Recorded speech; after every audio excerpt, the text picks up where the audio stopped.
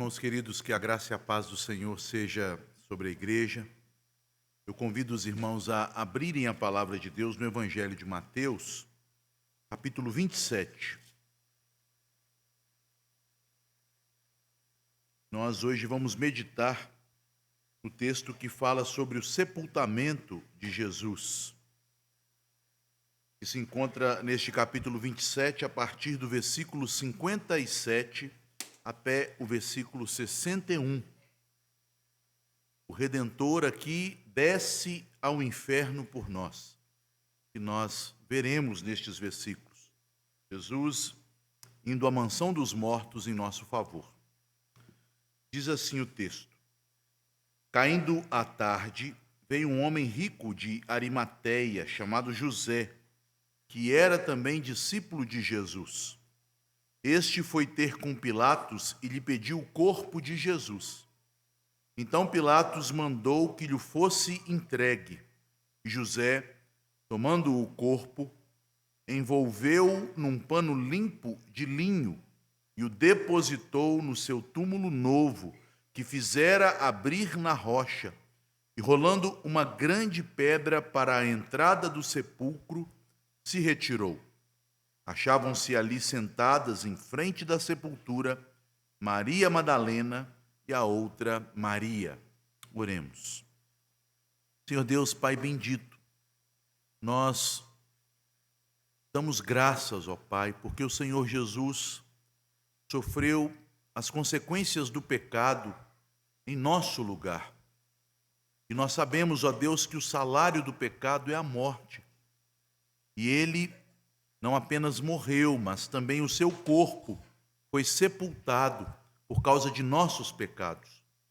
Te pedimos, ó Deus, que o Teu Espírito, que manifestou-se para nos dar o conhecimento do Evangelho, abrindo o nosso entendimento e os nossos olhos espirituais, que Ele mesmo nos dê fé suficiente para crermos que na morte de Cristo a nossa própria condenação estava sendo paga, para que agora, livremente, desimpedidos, possamos Te louvar.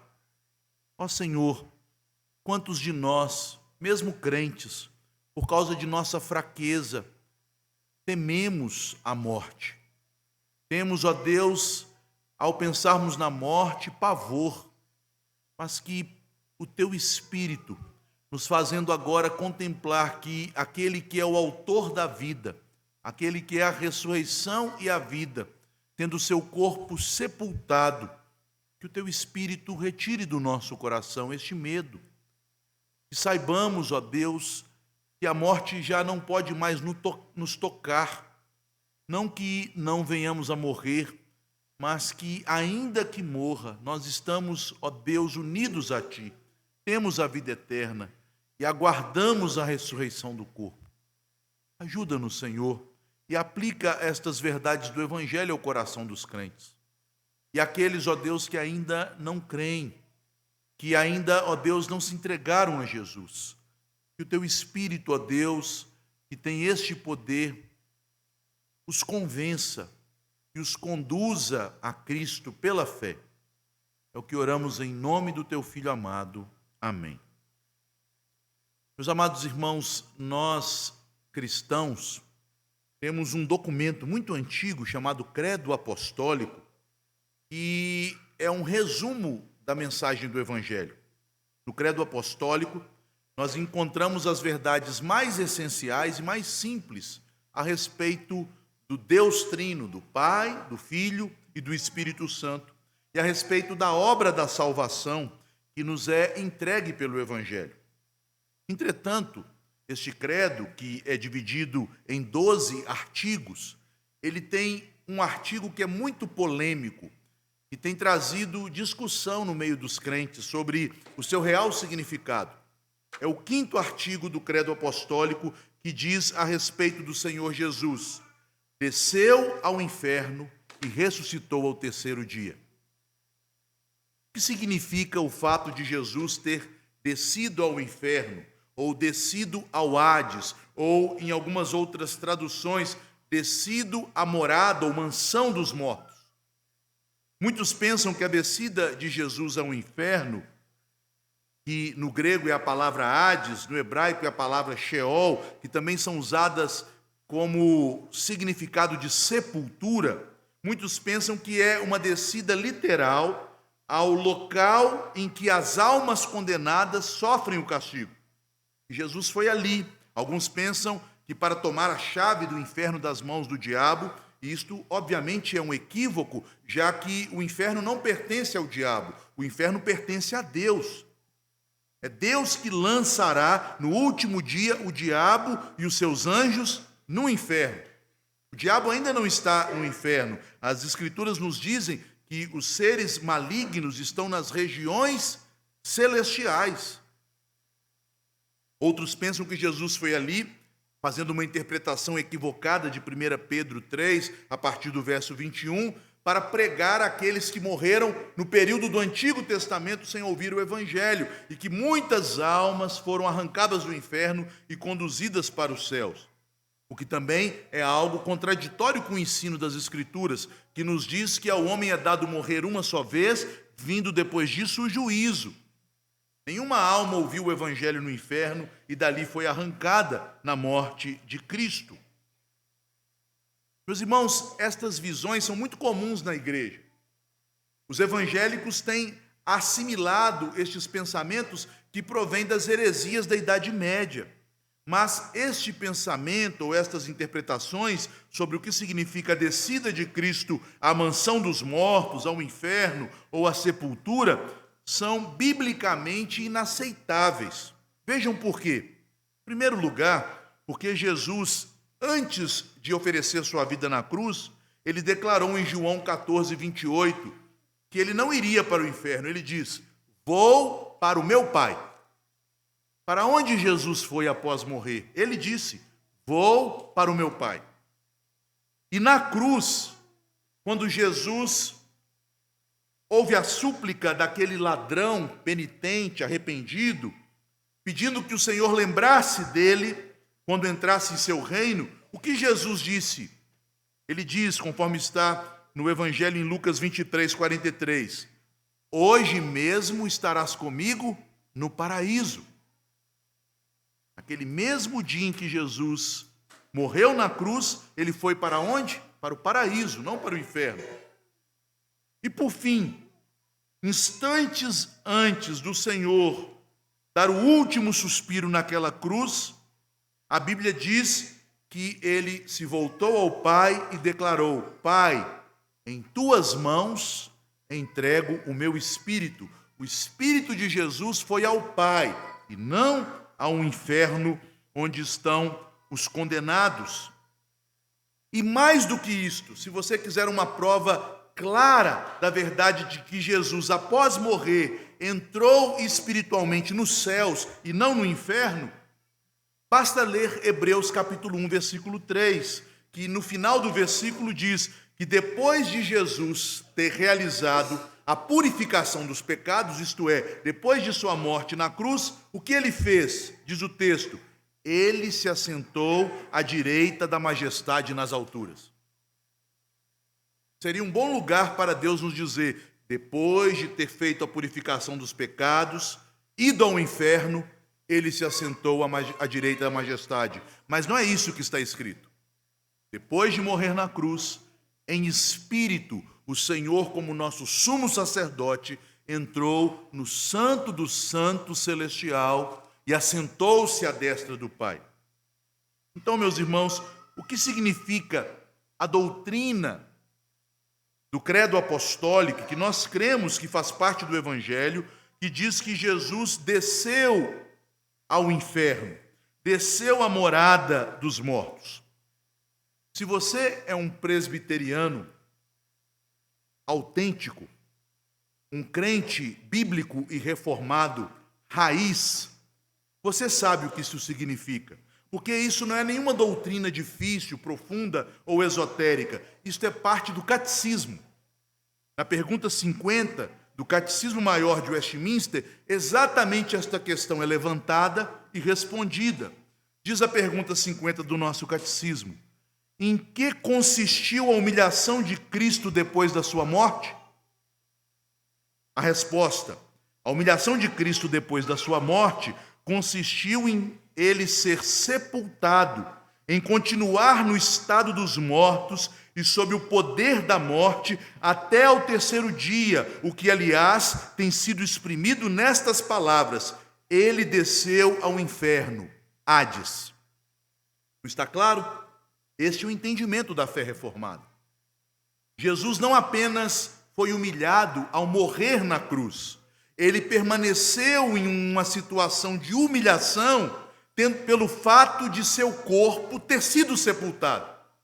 E a palavra Hades, que é uma palavra grega, traduz a palavra hebraica Sheol, que pode significar o inferno, onde estão os mortos condenados, o espírito daqueles que foram condenados, mas também pode significar sepultura.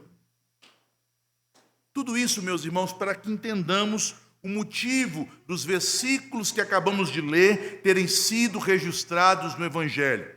Jesus, ou melhor dizendo, o corpo de nosso Senhor Jesus, já que ele em espírito estava com o Pai, o corpo de nosso Redentor desceu ao inferno, quando José de Arimateia, tomando este corpo junto com Nicodemos, o sepultou. E ele permaneceu na sepultura, na morada dos mortos, até a manhã do primeiro dia da semana, o dia de sua ressurreição. Após Jesus sofrer todo o justo castigo pelos nossos pecados na cruz, tendo recaído sobre ele, sobre o seu corpo e a sua alma, a ira de Deus, finalmente a justiça do Pai foi satisfeita. E o Senhor declara que a santidade de seu Pai havia sido vindicada, os pecados dos pecadores expiados, cobertos, a justiça propiciada e o perdão concedido, quando na cruz ele declarou: está consumado. Meus irmãos, se naquele momento toda a obra de Cristo para nos perdoar estava consumada, por que o corpo dele foi sepultado? Jesus, meus amados irmãos, deveria morrer para pagar o preço do nosso pecado e imediatamente, sem passar um segundo sequer, ressuscitar, porque a morte física é o salário do pecado, e ele não tinha pecado, e os pecados nossos que ele levou sobre si, ele já tinha pago. Por que então Jesus foi sepultado? Da sexta-feira de sua paixão até a manhã de domingo. É isto que o evangelista quer que entendamos nestes versículos 57 a 61, aqui de Mateus 27. Porque, embora a obra estivesse consumada, os pecados tivessem sido todos eles pagos na cruz, Jesus ainda sofreria em seu corpo mais um castigo contra o nosso pecado, a morte física. A morte física que entrou no mundo quando nossos primeiros pais pecaram e Deus amaldiçoa o homem dizendo: você veio do pó e ao pó tornará. Jesus está aqui na sepultura, sofrendo a consequência do pecado de Adão, que está sobre todos nós, mas que não deveria estar sobre ele, porque ele não pecou. E os pecados, friso esta verdade, os pecados que ele levou sobre si, ele já havia pago estes pecados na cruz. Aquele que não teve pecado e que já tinha tirado o pecado do mundo com a sua morte, não deveria permanecer na morte nem por um segundo. Mas ele ficou na morte 3 dias. Cristo teve que ficar 3 dias na sepultura, que os judeus chamavam de Sheol, e ali, por nós, o Redentor desceu ao inferno. Portanto, meus irmãos, toda esta introdução teológica, mas bíblica, necessária para entendermos estes versículos que lemos e que agora vamos explicá-los e meditar neles de maneira mais detalhada, pormenorizada, toda esta explicação nos conduz a resumirmos, sumariarmos as verdades deste texto com a seguinte declaração: o nosso Redentor se humilhou, descendo à sepultura, mas Deus, seu Pai, o exaltou, fazendo que fosse honrado em sua morte. Jesus se humilhou até o ponto de descer o seu corpo à sepultura, mas neste ato, Deus já estava começando a, de certa maneira, exaltar, honrar o seu Filho, porque, lembrem-se, a vitória já havia sido conquistada na cruz. O preço já tinha sido pago. A obra já estava consumada. Então vejamos como o Redentor se humilha, descendo o seu corpo à sepultura, e ao mesmo tempo como o Pai o exalta neste ato de seu sepultamento. Em primeiro lugar, nos versículos 57 e 58, nós temos aqui este homem que era discípulo de Jesus, José de Arimateia, se envolvendo naquele momento para dignamente sepultar o Senhor Jesus, mas para isso ele precisa da autorização da autoridade romana, de Pôncio Pilatos. E ao percebermos que Pôncio Pilatos autoriza que Jesus fosse sepultado, nós podemos concluir que o juiz omisso, o juiz que lavou suas mãos diante do inocente, ele absolve o Redentor, o Senhor Jesus, após a sua morte. O que Pilatos não quis fazer quando Jesus estava vivo, ele faz aqui, nestes versículos 57 e 58. Ele, permitindo que Jesus fosse sepultado, ele está declarando: era inocente, está absolvido. Meus irmãos, quando nós observamos o ministério de Jesus, nós percebemos que desde o momento em que ele se fez homem no ventre da Virgem Maria, ele está se humilhando. Mas esta humilhação, ela que começa na encarnação do Verbo, na vinda de Cristo em carne, ela vai descendo cada vez mais fundo, até a morte e morte de cruz, quando toda a maldição do pecado é lançada sobre ele. Porém, meus irmãos, depois disso, tão logo Jesus obtém a vitória contra o pecado e a morte na cruz, Deus começa a exaltar a Jesus. Deus começa a manifestar os primeiros reflexos da vitória que Jesus conquistou na cruz. O sepultamento de Jesus, o momento em que seu corpo é colocado no túmulo, já nos mostra essa transição da sua humilhação, que chegou ao seu ponto mais baixo na cruz, e de sua exaltação, que começaria de forma, podemos dizer, mais visível na ressurreição dele. Jesus é exaltado na sua ressurreição, na sua subida aos céus, na sua entronização à direita do Pai, e por fim ele será exaltado na sua segunda vinda. Mas aqui no sepultamento, o Pai já começa a fazer essa transição da humilhação para a exaltação do Redentor. Embora Jesus não precisasse ficar na morte, porque ele não tinha pecado, e a morte é salário do pecado, além disso, ele já havia consumado sua obra redentiva, mas ele agora tem seu corpo sepultado para cumprir o que está escrito em Isaías 53, principalmente no verso 9 que lemos. Você notou o que diz ali em Isaías? Preste atenção. Diz assim: designaram-lhe a sepultura com os perversos, mas com o rico esteve na sua morte. Por quê? Porque, embora ele tenha sido crucificado como um ladrão, um malfeitor, um criminoso, ele não foi sepultado junto com aqueles ladrões, mas em um túmulo de um rico.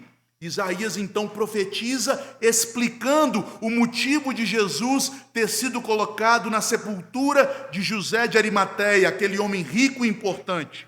Diz o texto então: posto que nunca fez injustiça.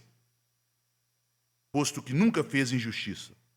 Segundo esta profecia, o fato da sepultura de Jesus, o servo sofredor, estar em meio aos ricos, em um lugar de honra, e não em meio aos criminosos que foram mortos ao lado dele, é a prova da sua inocência. Por que Jesus não foi sepultado com os outros dois ladrões? Porque nele não havia injustiça, porque ele era inocente. Esta honra lhe foi concedida, meus irmãos, porque nele não havia culpa de nenhum pecado, muito menos algum crime passível de morte. Tudo o que aconteceu contra Jesus foi por meio de estratégias malignas dos judeus, que levantaram testemunhas falsas, que o acusaram diante de Pilatos, que pressionaram politicamente o juiz, que, vendo-se ali pressionado, foi covarde e condenou o inocente. O próprio Pilatos declarou muitas vezes durante as 2 sessões do julgamento de Jesus de que não via nele pecado algum. Mas agora, quando Jesus é sepultado, Pilatos, ao decidir que Jesus poderia ser colocado junto no túmulo do rico, conforme profetizou Isaías, está declarando: aquele homem é justo. Nele não havia nenhuma culpa. Sabe por que disso, meus irmãos? Porque, segundo a lei romana, quando alguém era condenado à morte, principalmente à morte por causa do crime de traição ao imperador, e este foi o caso de Jesus, esta pessoa não poderia ser sepultada com nenhuma honra por sua família.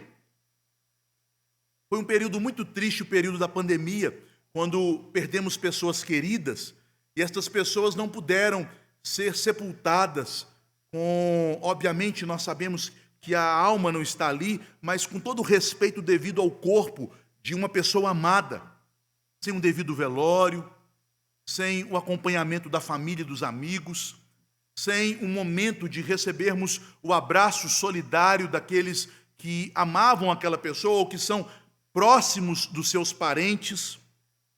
Mas a lei romana dizia claramente que se alguém fosse condenado à morte por causa de um crime contra o imperador, e principalmente a morte de cruz, esta pessoa não poderia receber o direito à sepultura. O que acontecia então com estas pessoas? O que deve ter acontecido com os corpos dos 2 ladrões, tanto aquele que se arrependeu, quanto aquele que permaneceu endurecido. Um grande estudioso do Novo Testamento, chamado Carson, ele diz, a partir do estudo da história do período, que normalmente a lei romana aplicada em Jerusalém não dava aos condenados à cruz o direito de sepultura, e seus corpos eram lançados no lixão da cidade sem nenhuma cerimônia. Era isto que cabia a um crucificado. Eles eram lançados no lixão. Por que era feito assim em Jerusalém?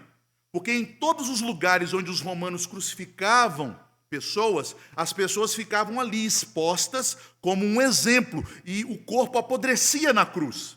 Era comido pelos abutres, e depois ali apodrecia. Mas em Israel isto era proibido, e os judeus tinham esta autorização dos romanos para retirarem os corpos da cruz e os lançá-lo no lixão. Porque, conforme nós lemos em Deuteronômio, era proibido que um corpo permanecesse dependurado no madeiro durante as horas da noite, para que não se corrompesse cerimonialmente a terra da promessa. Então, excetuando Israel, em todo o império, os que eram crucificados não tinham direito à sepultura e apodreciam seus corpos nas cruzes. Mas apenas em Israel, os romanos retiravam os corpos e os lançavam em um lixão. Que coisa terrível e ultrajante, não é verdade? Nem mesmo com indigentes nós fazemos algo tão terrível. Um sepultamento indigno, desumano. Isto cabia aos crucificados.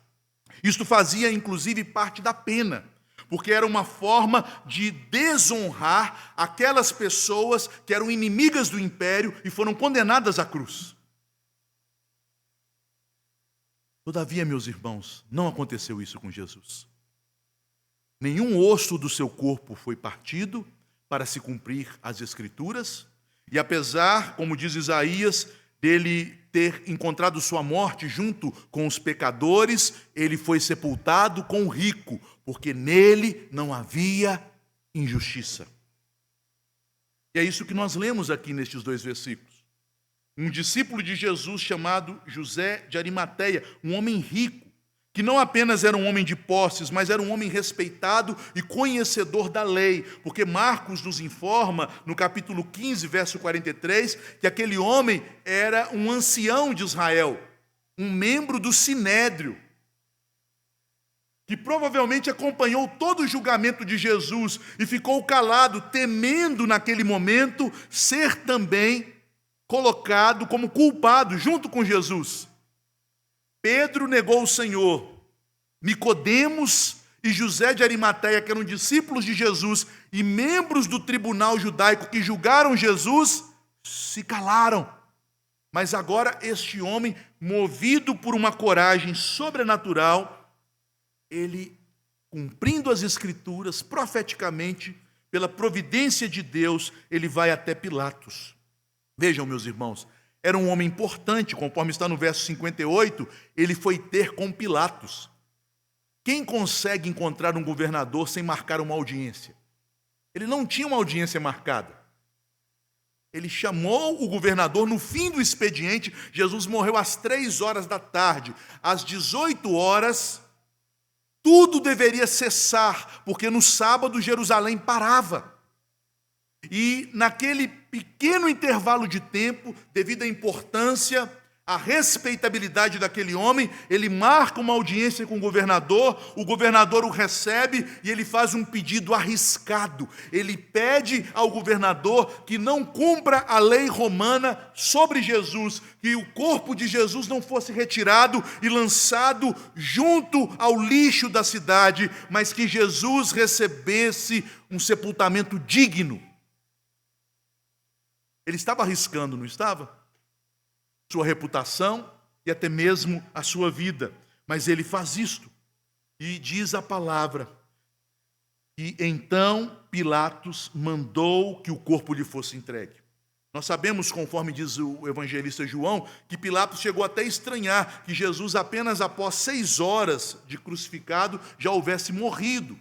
Ele dá ordem para que fosse verificado se de fato Jesus estava morto. No que um soldado o perfura com uma lança. E depois disso, o corpo é retirado e dado a José de Arimateia para proporcionar um sepultamento. Percebam, meus irmãos, Jesus morreu às 3 horas da tarde, às 15 horas. E ele tinha até às 18 horas para preparar tudo. Ele tinha até às 18 horas para marcar um horário com o governador, nesta entrevista, pedir o corpo de Jesus, preparar todas as coisas relacionadas a seu sepultamento, e tudo isto ele fez. Mas antes de falarmos mais detalhadamente destas providências que aparecem no versos 59 e 60, o que deve nos chamar a atenção nesta primeira parte do texto é que Pilatos sabia que Jesus era inocente. E é por esta razão que ele permitiu que a lei romana fosse descumprida, para que Jesus recebesse uma sepultura digna.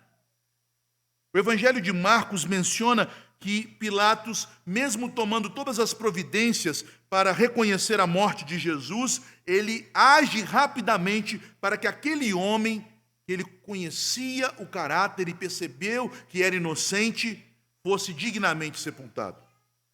E a lei, então, de Deus poderia ser cumprida, porque em Deuteronômio 21, 22 e 23 é dito que um corpo crucificado, não poderia passar a noite. E para os judeus, a noite convenciona-se, começa às 18 horas. Ele não poderia passar a noite na cruz. Mas, meus irmãos, também pela lei judaica, Jesus, como um crucificado, não podia receber sepultura.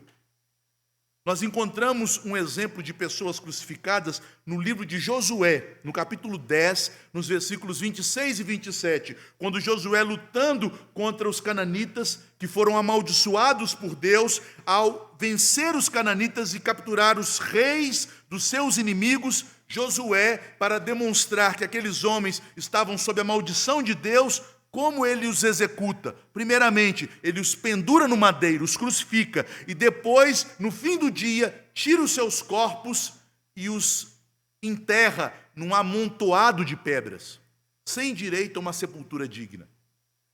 Era assim para os judeus que deveriam ser tratados os malditos que morreram pendurados no madeiro. Mas não foi assim que Jesus foi tratado.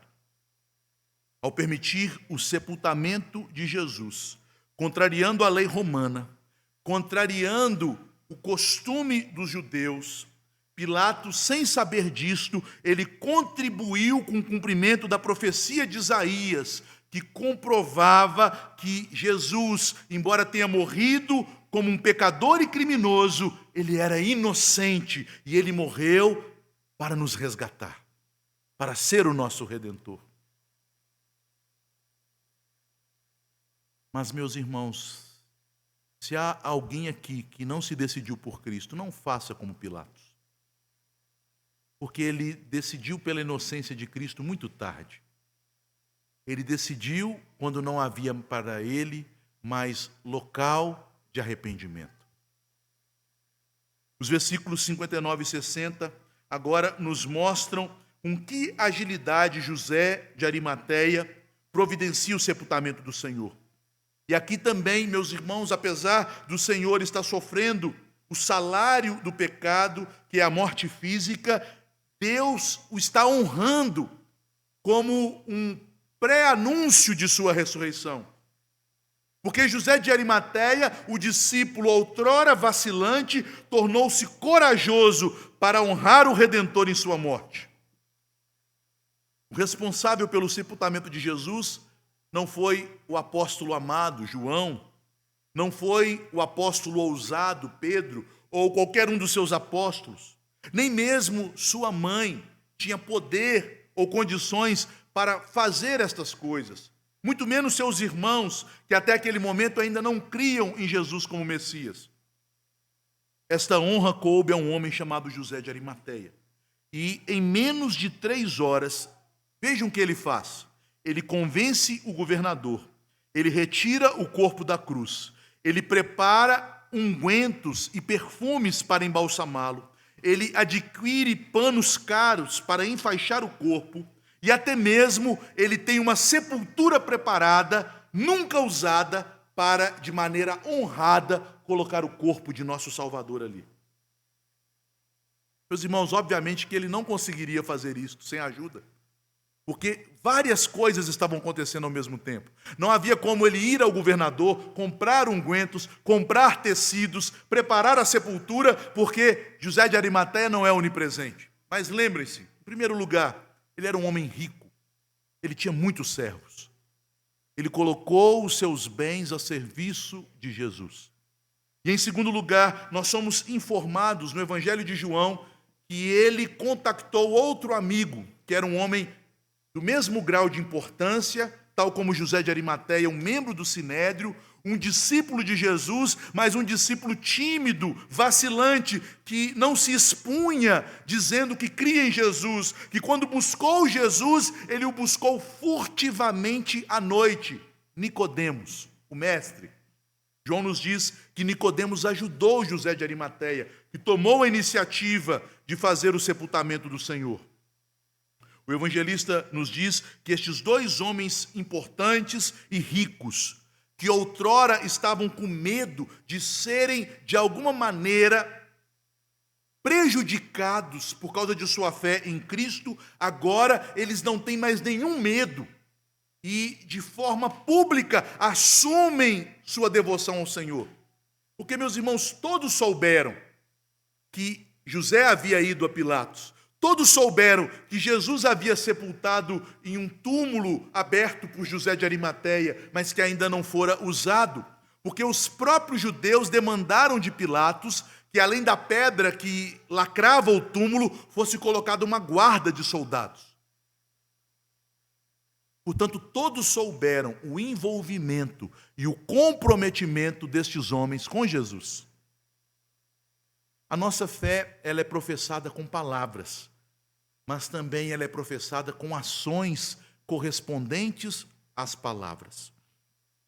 Nós podemos inferir que estes homens trabalharam muito durante aquelas poucas horas. E é surpreendente notar que aquele homem, que era um discípulo de Jesus, que agia de maneira incógnita para não ser perseguido pelos seus pares no Sinédrio, quando Jesus estava vivo, quando as ameaças ainda não haviam se efetivado, agora que Jesus estava morto, correndo o risco de também ser perseguido e morto, ele é tomado de tal coragem para providenciar um funeral honroso para Jesus. Isto foi obra do Espírito Santo. Percebam que isso já é um resultado da morte de Cristo.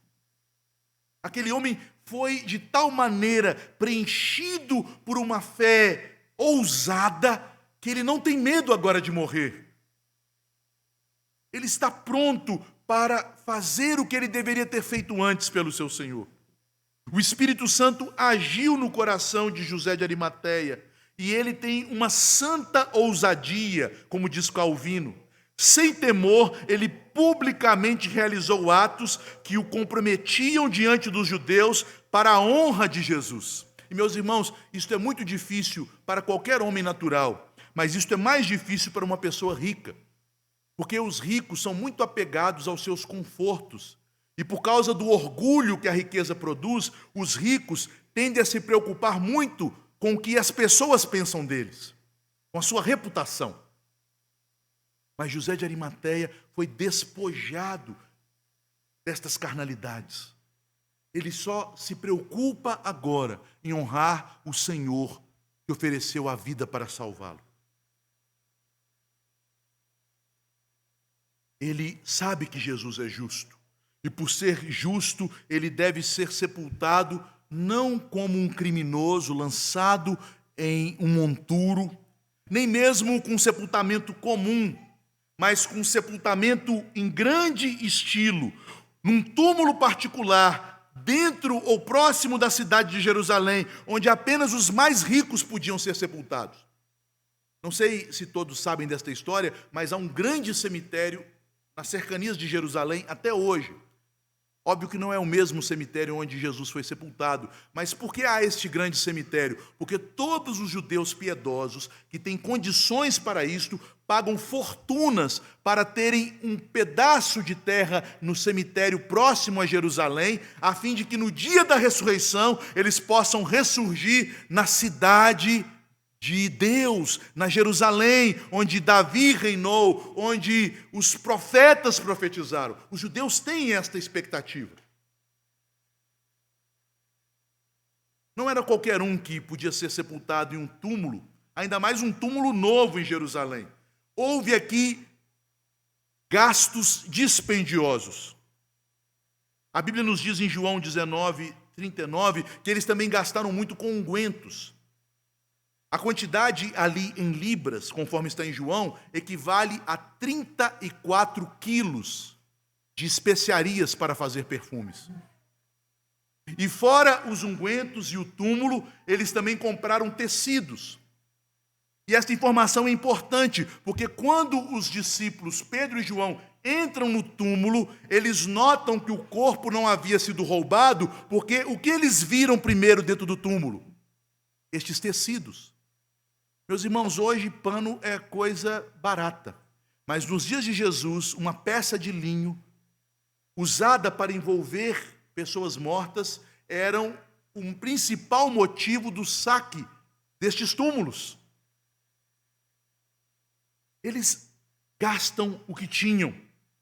Jesus foi colocado em um sepulcro novo, Jesus foi enrolado com panos limpos de linho. Seu corpo foi perfumado, embora não pudessem embalsamá-lo completamente, porque não havia tempo, eles o perfumaram. E o seu corpo é ali depositado. Por que, meus irmãos, todas essas coisas foram feitas? Para honrar o nosso Senhor, para mostrar que aquele que foi colocado neste túmulo novo, conforme está no versículo 60, é o primogênito dentre os mortos, as primícias dos que dormem. E a partir daquele momento, Deus estava determinando que o seu único filho deveria ser exaltado para todo sempre. De certa forma, José estava prestando um culto a Deus por Jesus. Ele não tem medo das opiniões, ele não tem medo das perseguições, ele não tem medo de usar os seus recursos. Ele honra o Senhor Jesus. Em terceiro lugar, o texto nos diz no verso 61 que estavam ali sentadas em frente da sepultura, acompanhando aquele momento do cortejo fúnebre, Maria Madalena e a outra Maria. E o que nós aprendemos com esta informação? Que as mulheres que acompanham o corpo do Redentor até a sepultura, elas darão posteriormente o testemunho da ressurreição. É por isso que esta informação nos é dada.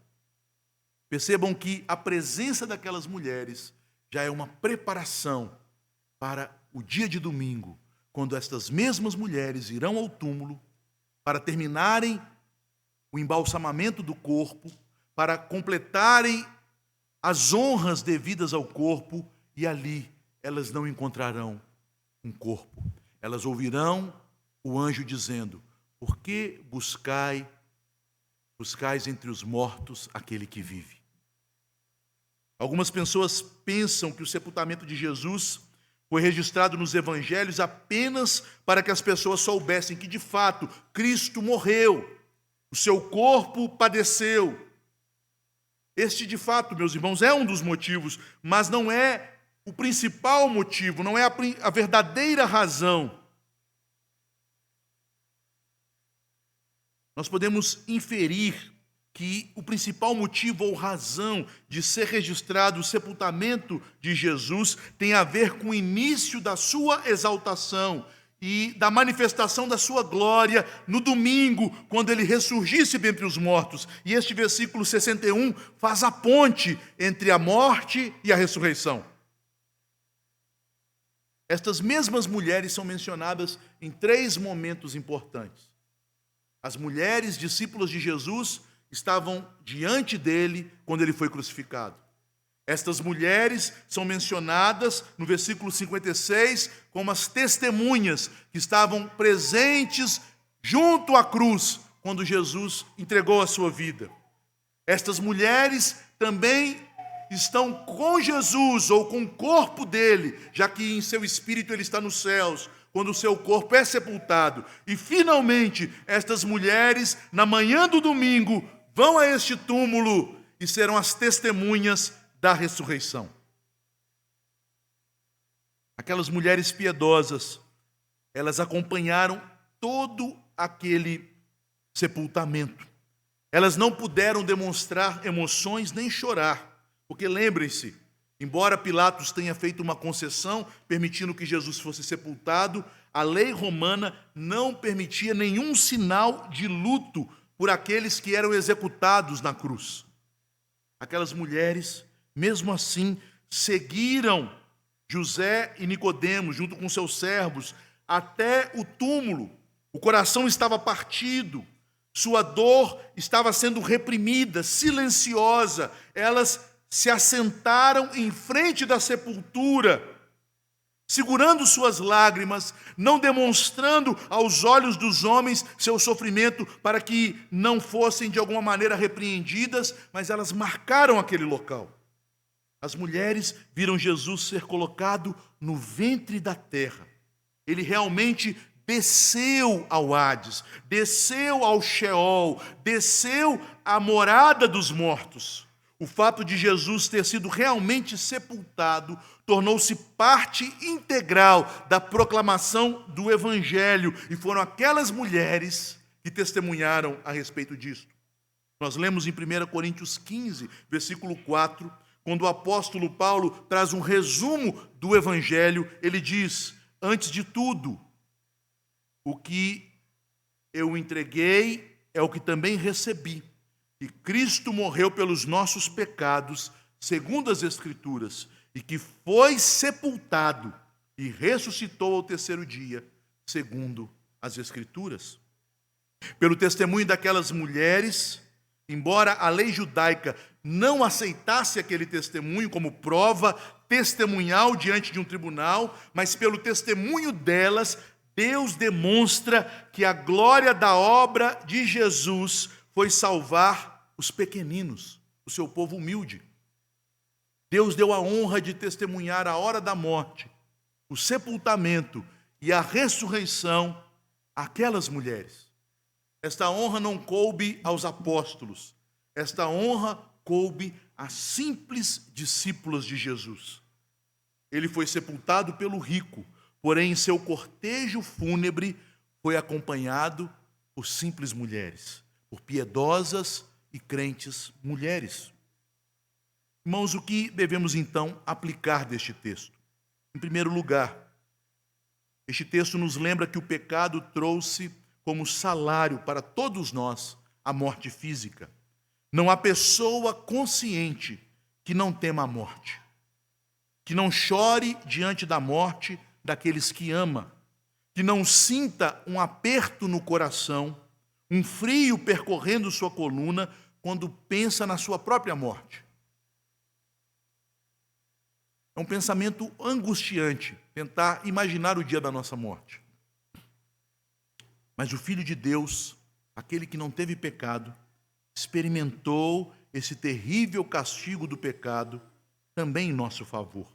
Por causa disso, nós não precisamos mais temer a morte. Ele morreu e foi sepultado para que saibamos que mesmo que nosso corpo esteja em uma sepultura, mesmo que o nosso corpo seja colocado em um caixão e depositado no ventre da terra, nós estaremos vivos na presença de Deus e o nosso corpo, em glória, um dia ressurgirá.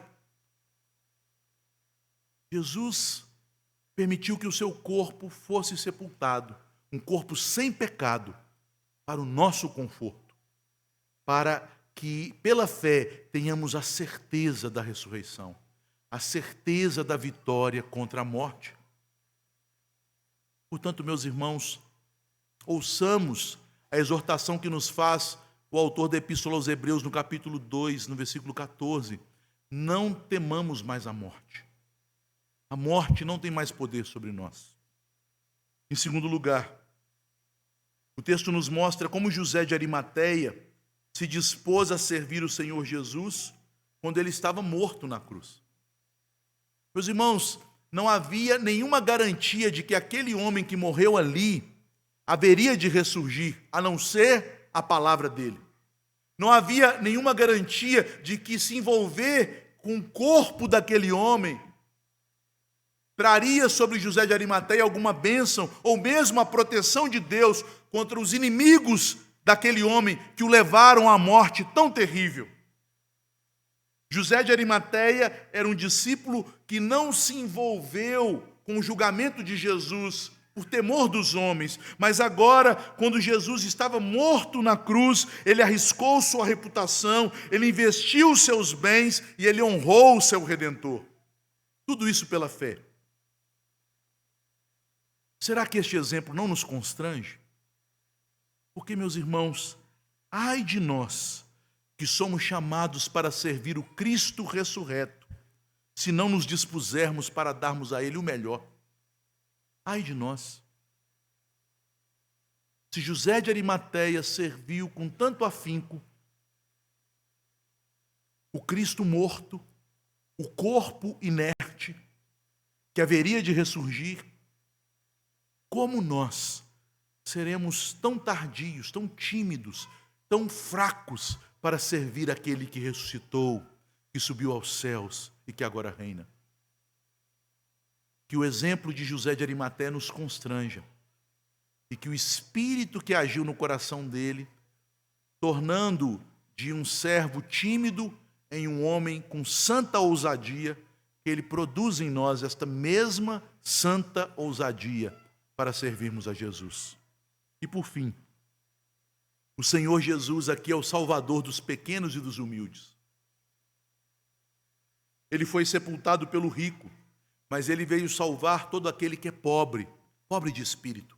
Não estou falando de riqueza ou pobreza econômica, material, mas estou falando daqueles que reconhecem que são pobres, miseráveis. Porque tudo que você supõe ter, você não tem. A morte te tira tudo. E se você não tiver Cristo, a morte te tira a vida eterna. E se você se vê nesta condição de pequenino, humilde e pobre, se você sabe que nada trouxe para esta vida e dela nada levará, olhe para o seu Redentor. Veja que ele, em sua morte, em seu sepultamento, em sua ressurreição, ele desejou que as primeiras testemunhas destes atos, destas obras fundamentais da nossa fé e do Evangelho fossem estas piedosas mulheres. Sigamos, meus irmãos, o exemplo destas mulheres simples, mas crentes, e sirvamos o Senhor Jesus o acompanhando de perto. Pedro fugiu e negou. Os apóstolos, como João, perseveraram diante da cruz até um momento, mas depois não se fala mais nada deles. E quando nós ouvirmos de novo falar dos apóstolos, após a ressurreição, eles estarão trancados em uma casa, com medo, temendo por sua própria vida. Mas estas mulheres foram corajosas. Elas seguiram o Senhor de perto.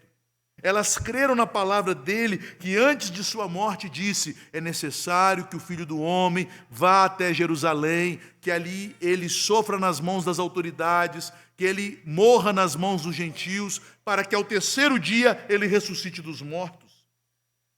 Meus irmãos, há em nosso país, há no mundo, muitos simpatizantes de Jesus, mas não sejamos meros simpatizantes de Cristo. Sejamos como estas irmãs, sejamos discípulos dele, fiquemos perto dele em todos os momentos. Que Deus nos abençoe, vamos nos colocar de pé.